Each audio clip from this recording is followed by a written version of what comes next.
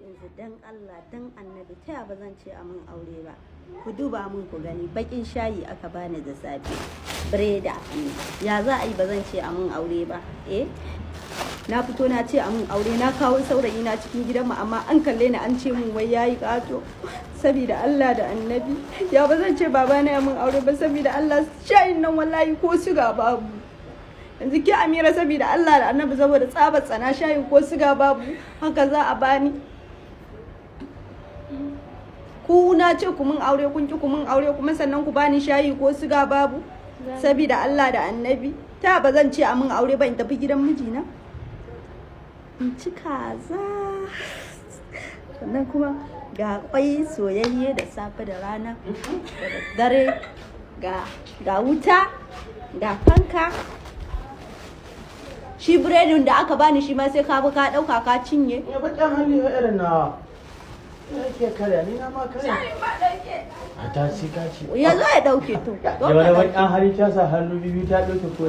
to ban daukewa kun ki kuma aure sannan kuma yanzu ku dinga bani shayin bakin shayin kuma shi zaka da ka dauke yanzu da safi ko madara babu kuma haka zaki sha shi siga ma ba a sa ba siga ma haka zaki sha shi lami ne mun da taimaka mun baki ruwan lepton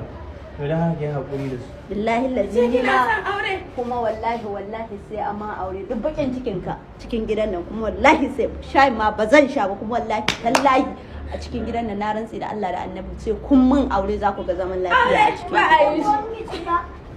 baran mutunci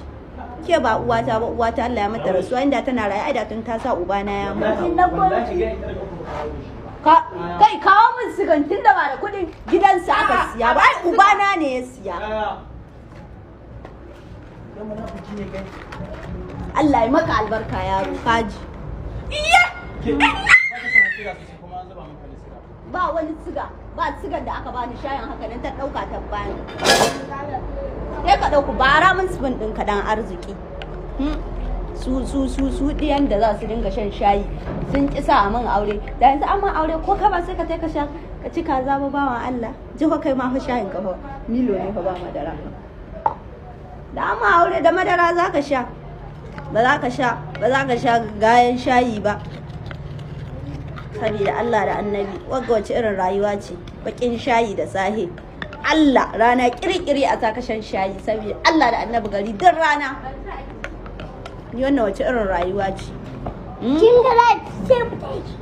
da an min aure ai da tuni wannan abin duk bai kasance ba da yanzu ina gidan mijina ina cin kujera ɗaya kan kujera ba akan sallaya zan zauna ba